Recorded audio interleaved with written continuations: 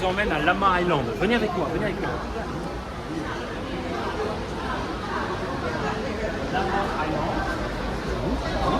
Donc on prend un ferry, on va partir pour à peu près 30 minutes de bateau.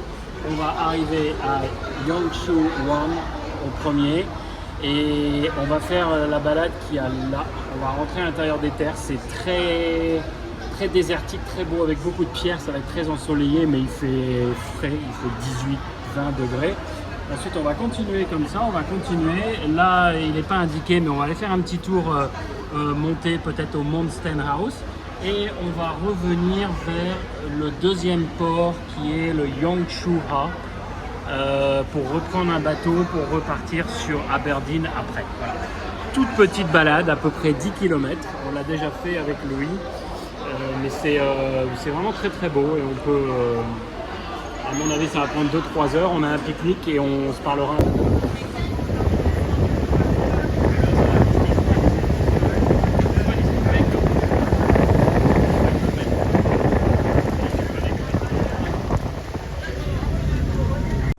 Bonjour, c'est le Cyril du passé qui vous parle. J'avais promis de faire un petit retour sur les Clouds Ultra 2. Et me voilà sur la Hong Kong Trail, vendredi après-midi, en train de les tester sur un chemin très technique. Beaucoup de racines, beaucoup de pierres, tout ce que je déteste. Assez roulant, mais on peut tomber à peu près à chaque mètre.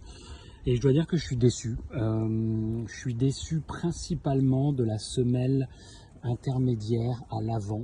J'ai l'impression qu'il n'y a vraiment pas du tout d'amorti. Alors je sors d'une session la semaine dernière avec les Nike Ultrafly qui sont considérées comme trop amortissantes et extrêmement confortables. Là je trouve que, enfin clairement on peut pas faire 100 km ou 160 km avec des chaussures comme ça. Les crampons, difficiles à juger, 3,5 mm, mais comme c'est très sec, eh bien c'est difficile à juger. À mon avis il y a quand même une bonne accroche. Le chausson est vraiment bien, beaucoup plus étroit que les Cloud Monster, donc moi ça me convient plutôt mieux. Rien de spécial à dire sur le lassage. Tout ce qui est par pierre, c'est normal, j'allais dire. Chaussures qui ne protègent pas énormément, mais qui permet quand même de faire du trail technique. Mais encore une fois, cette semelle intermédiaire à l'avant, j'ai l'impression vraiment de courir presque avec des chaussures minimalistes sur un 10 km. Je sais pas, c'est vraiment une impression, ou alors il faut attendre peut-être 50 bornes pour comprendre. Mais je pense qu'après 4-5 heures, on doit rapidement avoir mal aux pieds. Donc voilà, un petit peu déçu. Encore une fois, c'est plus un effet de mode peut-être qu'une véritable chaussure technique de trail de compétition. Pourtant à ce prix-là, ça devrait être du haut de gamme. Voilà, je vous laisse avec Louis. Voilà, on est arrivé, on va commencer la balade, on est à Yangshu Sheng. C'est une petite île, donc c'est Lama Island, c'est une petite île où il n'y a pas du tout de voitures. Vous voyez la quantité de vélos qu'il peut y avoir. Et ça m'a toujours tenté de passer, de vivre en fait dans cette genre d'île, donc soit à Lantau, soit à Lama. Parce que, je sais pas, c'est vraiment complètement à l'opposé du cliché de Hong Kong avec ses gratte-ciel et ses banquiers. Ici, on peut trouver pour à peu près 3 fois moins cher que chez moi un appartement, comme on voit là-bas, une maison. Alors évidemment, il faut prendre le ferry, on en a pour 30 minutes, c'est assez cher. Mais avec le work from home maintenant et la nouvelle façon de travailler, ça m'aurait intéressé. Le problème, c'est l'école. Il doit y avoir des écoles locales, mais c'est pas extraordinaire, notamment pour Louis, et pas d'école internationale. Et vous voyez là-bas, c'est assez bien. C'est vraiment un petit village sans voiture. Et bon, après, les gens consomment beaucoup de bière. Hein. Je ne sais pas si c'est bien pour moi. Quand ils attendent le ferry le soir ou alors le week-end, quand ils n'ont plus rien à faire, bah, c'est la bière. Voilà. Je vais continuer à filmer un peu dans les petites rues pour montrer l'ambiance. Mais je pense que Louis mettra de la musique parce je vais pas parler là.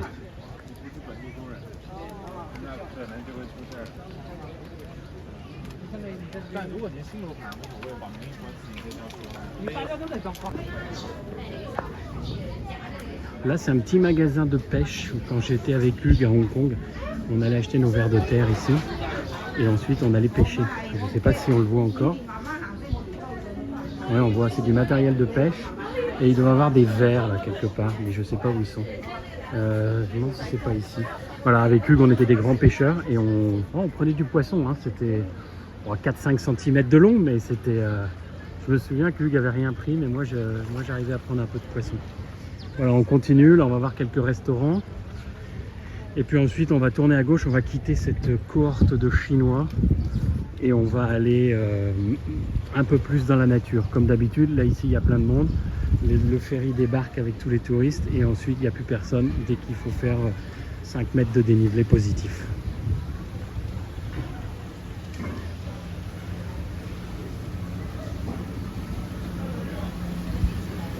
Si vous voulez manger des crabes.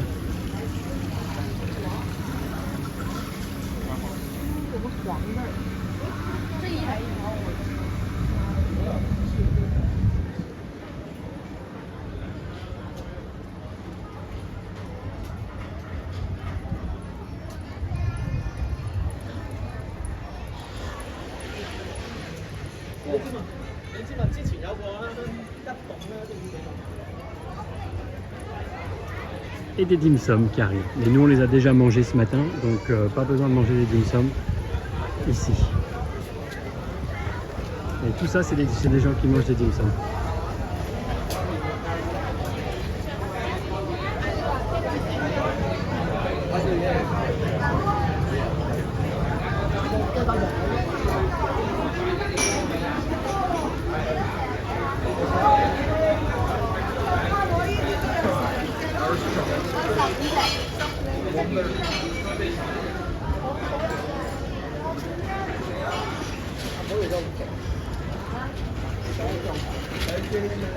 Bon allez, je vous laisse, là on tourne à gauche, vous voyez ici, hop, on va tourner à gauche et on va commencer la vraie randonnée où il n'y aura plus personne. Voilà, il y a un poisson qui n'a pas l'air dans toute sa forme ici.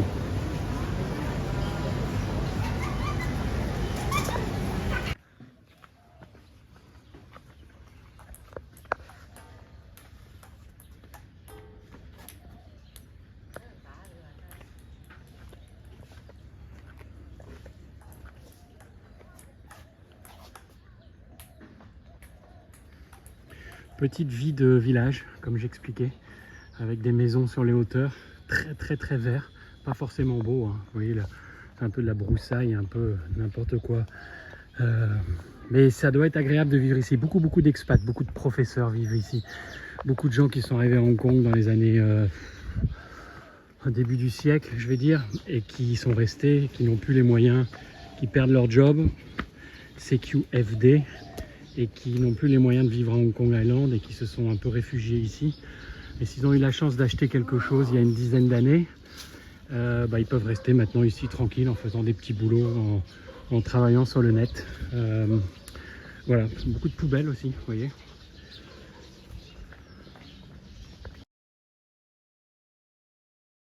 Je voulais parler 3 minutes de Napoléon, le film de Ridley Scott. Je l'ai vu le jour de l'ouverture de sa sortie, c'était jeudi dernier.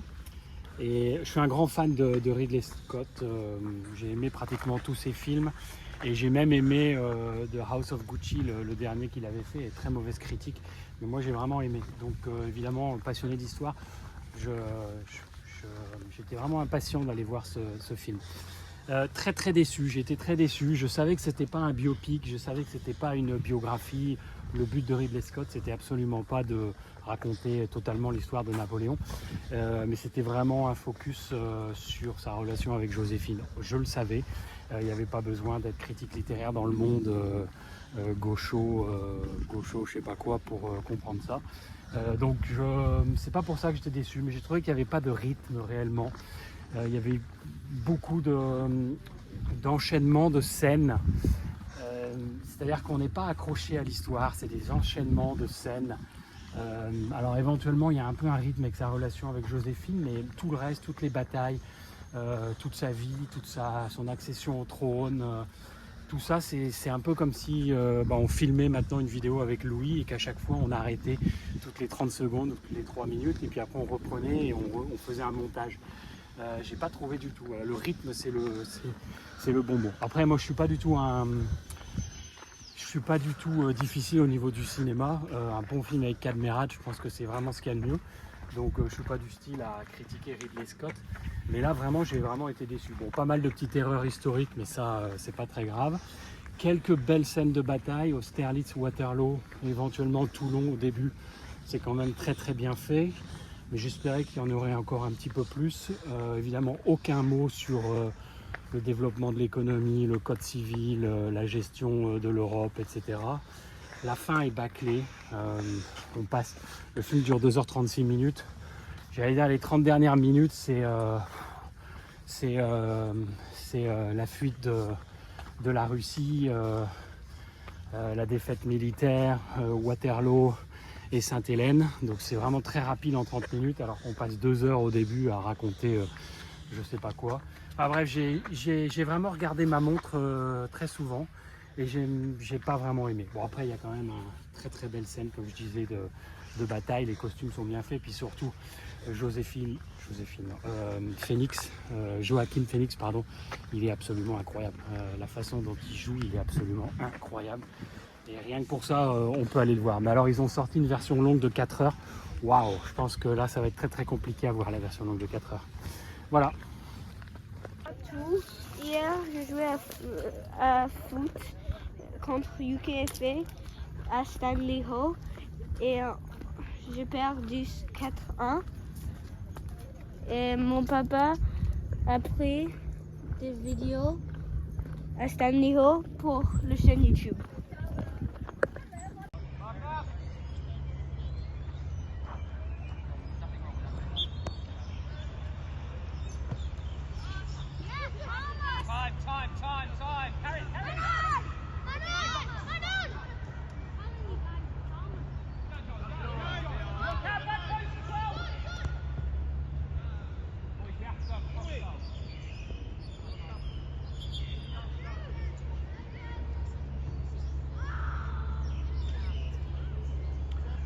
Peut-être petit commentaire sur ce match de foot, beaucoup plus haut niveau que d'habitude. L'équipe de Louis est en train de perdre 4-1. Je trouve qu'ils perdent tous leurs duels. Louis il est bon techniquement, mais alors il court jamais. On a l'impression qu'il faut attendre le ballon et que ça lui arrive devant la cage. Là il vient de sortir là, en remplaçant. C'est assez drôle de voir tous les pères de famille sur le côté gueuler. Enfin, je gueule plutôt. Mais, voilà, c'est assez intéressant, il y a un bon niveau. Les Oranges, là, ils ont vraiment un bon niveau technique.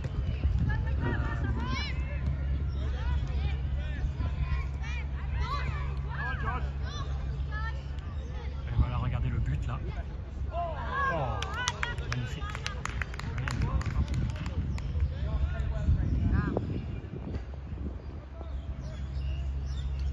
Encore une très belle journée. Le goal, c'est André, très bon en attaque, mais là aujourd'hui il fait des prouesses sur le goal. Et ils ont un attaquant là, le 9 là, les Oranges, qui est super bon.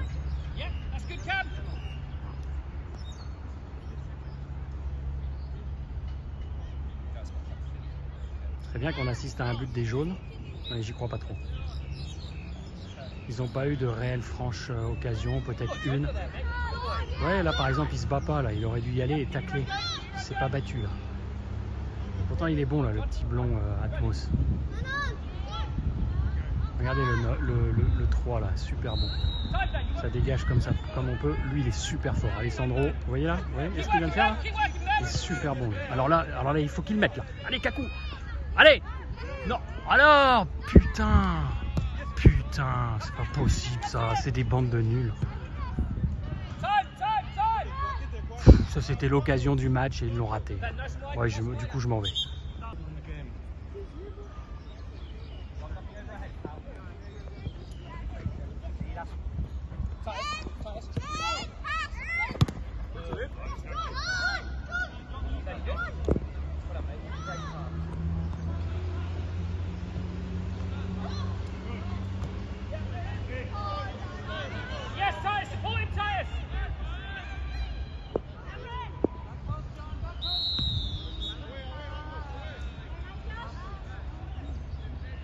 Good, Josh. Good boy. Good boy.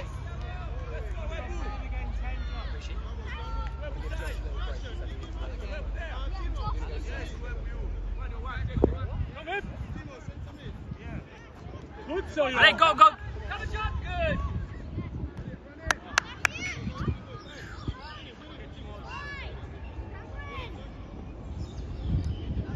Help him, help him.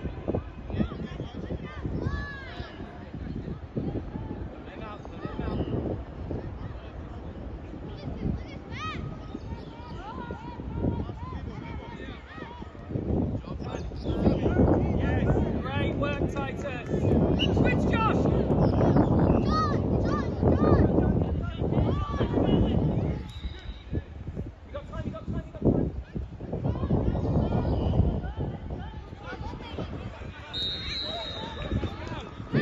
Titus, behind you! Offside. Allez, go! Yeah. Great.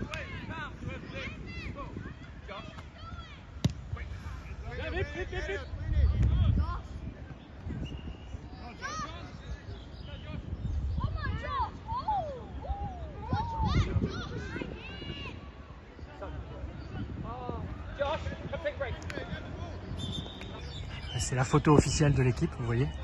Donc le premier c'est le meilleur, c'est Alessandro, c'est le meilleur. Après vous avez le copain de Louis. Ensuite vous avez, je sais pas, ensuite vous avez Kaku qui est très bon aussi. Le petit il est moins bon. L'autre c'est le meilleur du monde. Le petit là, Alessandro. Je vais vous montrer. Louis qui fait des bêtises comme d'habitude. Louis, c'est pour ta chaîne YouTube. Et puis après on va prendre les parents un petit peu. Maintenant on va aller prendre la troisième mi-temps de la bière. Ok, je vous laisse. Hein.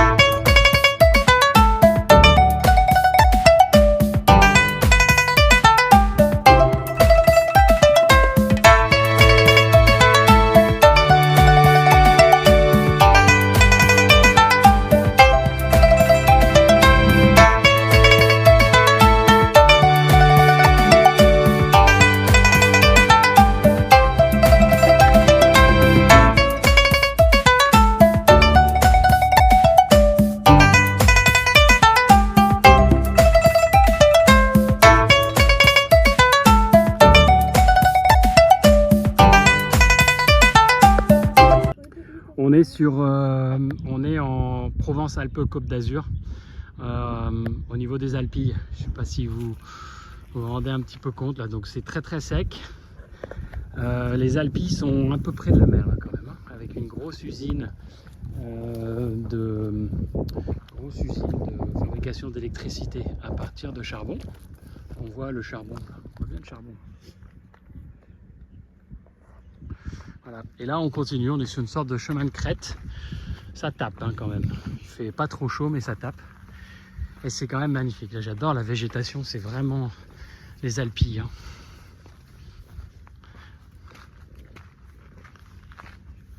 En fait toute la populace elle passe juste en dessous. Il y a un chemin pavé en dessous, que j'ai déjà fait 10 fois. On voit la plage là, très bien la plage. On a l'impression que c'est une plage qui est juste à côté de l'usine et que elle est pas bien, mais en fait elle est très très bien cette plage. C'est vraiment du sable, l'eau est limpide et c'est vraiment agréable. Là il n'y a pas grand monde qui se baigne parce que la mer doit être à mon avis à, je sais pas, je dirais une vingtaine de degrés, peut-être un petit peu moins, 18. Voilà, et nous on est donc dans un petit chemin, tranquille, sans personne. Et il y a un chemin qui est à peu près parallèle juste en dessous. Avec 50 Chinois pour 100 mètres. Voilà, ça c'est du trail comme j'aime bien, c'est technique, mais il n'y a pas trop de racines. Il y a des pierres, mais il n'y a pas trop de racines. Donc ça permet de courir en temps normal. Oui, je sais, je suis équipé avec mes On Ultra Cloud 2. Je ferai un petit point tout à l'heure sur le matériel. Je sais que certains attendent beaucoup de ce point matériel. Alors voilà, c'est ici qu'on a pique-niqué, donc ça peut être pire. Superbe vue sur l'autre petit port de Lama, j'ai oublié le nom, mais c'est là qu'on va reprendre le bateau tout à l'heure. Et alors là sur la gauche, Louis, sur la gauche, il y a un lac artificiel, il y a un lac naturel d'eau douce. On voit beaucoup y aller, je ne suis jamais allé. Ça nécessite de descendre cette petite colline hors piste. Alors moi je peux le faire, mais j'ai un peu peur de Louis. Et en fait normalement il y a un super chemin qu'on voit, là on pourrait faire le tour. Là-bas on voit un camping et après on peut revenir, remonter ou se reconnecter. Mais j'ai peur que ce soit un petit peu difficile à faire. Alors est-ce qu'on le tente ou est-ce qu'on le tente pas? On va voir ça. On va voir ça. On va voir ça dans le prochain épisode.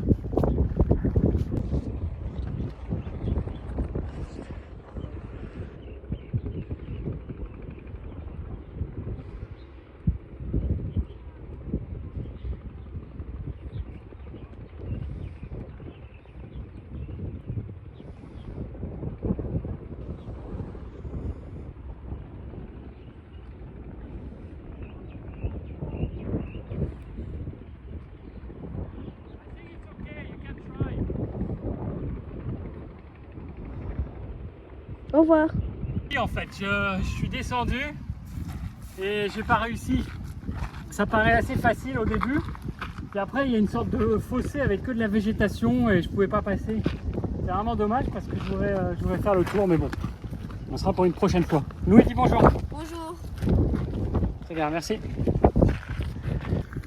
Alors, il est temps de faire le point matos. C'est le point le plus important, beaucoup d'entre vous attendent. Alors, je suis équipé en, comme je disais, en On Ultra 2. À peu près 40 km maintenant. Je commence à les apprécier un peu plus. Toujours une semelle intermédiaire devant, trop fine à mon avis pour faire de la longue distance. Mais très confortable. Là, on a fait que 8 km, mais c'est assez confortable. J'ai pu tester les petits crampons là sur des surfaces un peu un pierrier. Gravel et ça accrochait plutôt pas mal, donc on a une bonne traction et plutôt intéressant. On a une autre paire de On ici qui sont des On Cloud Vista, un peu plus classiques mais un peu plus city également. Et Louis il est équipé en Vibram, chaussures Decathlon. Ensuite aujourd'hui je suis en casquette normale, casquette North Face normale, toujours le short North Face, le t-shirt Arc'teryx et le sac à dos Arc'teryx également. Et il y a de la nouveauté, c'est que il y a une nouvelle montre. Donc moi je suis en montre Apple Watch Ultra et on a une Apple Watch SE.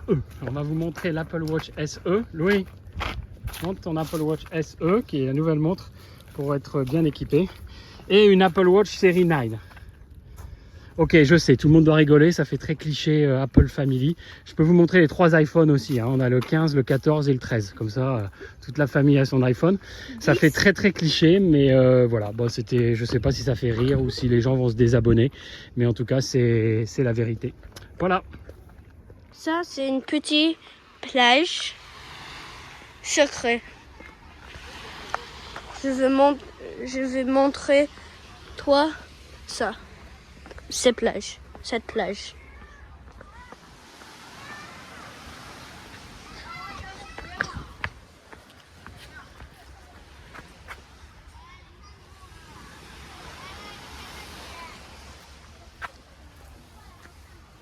Merci, au revoir. On va arriver au petit village de pêcheurs où on va reprendre le bateau. Là, il y a des caves de kamikazes. On les voit pas bien, mais c'est des caves qui ont été construites par des Japonais pendant la guerre. Et en fait, ils mettaient des bateaux remplis de bombes et ils se préparaient à attaquer les bateaux alliés qui devaient passer un peu plus loin au large. Tu peux bien filmer, s'il te plaît? Et voilà, simplement la guerre s'est arrêtée trop tôt ou trop tard, mais ils n'ont jamais pu utiliser en fait ces bateaux.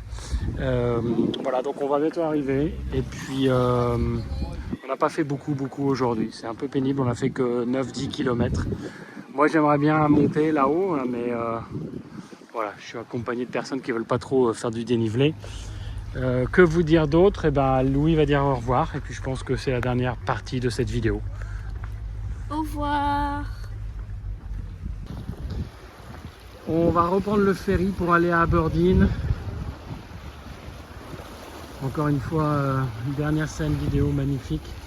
On voulait aller prendre un verre là-bas, une bonne bière, mais il y avait, j'ai demandé 100 $ pour une table, tout simplement parce qu'il y a un coucher de soleil qui arrive dans 1 heure. donc c'est un peu n'importe quoi, comme si on avait des têtes de touristes. Donc du coup on va reprendre le bateau tranquille, c'est un tout petit bateau pour aller à Aberdeen, là il y a les yachts devant. Et puis on ira faire une happy hour tranquillement. Il est encore très tôt, hein, il est même pas 4 heures encore. Mais c'est quand même une superbe journée encore, hein. J'en profite pour un tout petit peu filmer et puis après on va dire au revoir. Je ne sais pas s'il y aura une autre vidéo la semaine prochaine, étant donné que certains le savent déjà, c'est mon dernier mois en novembre. Donc ça va être un peu compliqué à gérer psychologiquement la semaine prochaine. Du coup je ne peux pas garantir de mon état, mais on verra. Juste devant vous voyez Ocean Park. Ocean Park là-bas. Là-bas c'était la Via Ferrata avec ce qui donne sur Wong Chuk Hang, sur mon ancien bureau. Et puis Aberdeen, là où on va revenir en bateau. Et puis voilà. Voilà, bah cette fois-ci c'est vraiment la fin de la journée. On voit le bateau qui arrive tout au bout, mais je pense pas que vous arriviez à le voir. Là-bas tout au bout, on a un tout petit bateau qui arrive, c'est une sorte de sampan qui arrive. Voilà, donc peut-être à la semaine prochaine, pas sûr, ou à jamais. Je ne sais pas du tout. Merci d'avoir suivi cette chaîne. Je déteste dire ça, mais un petit pouce en l'air et un abonnement. Ok, merci.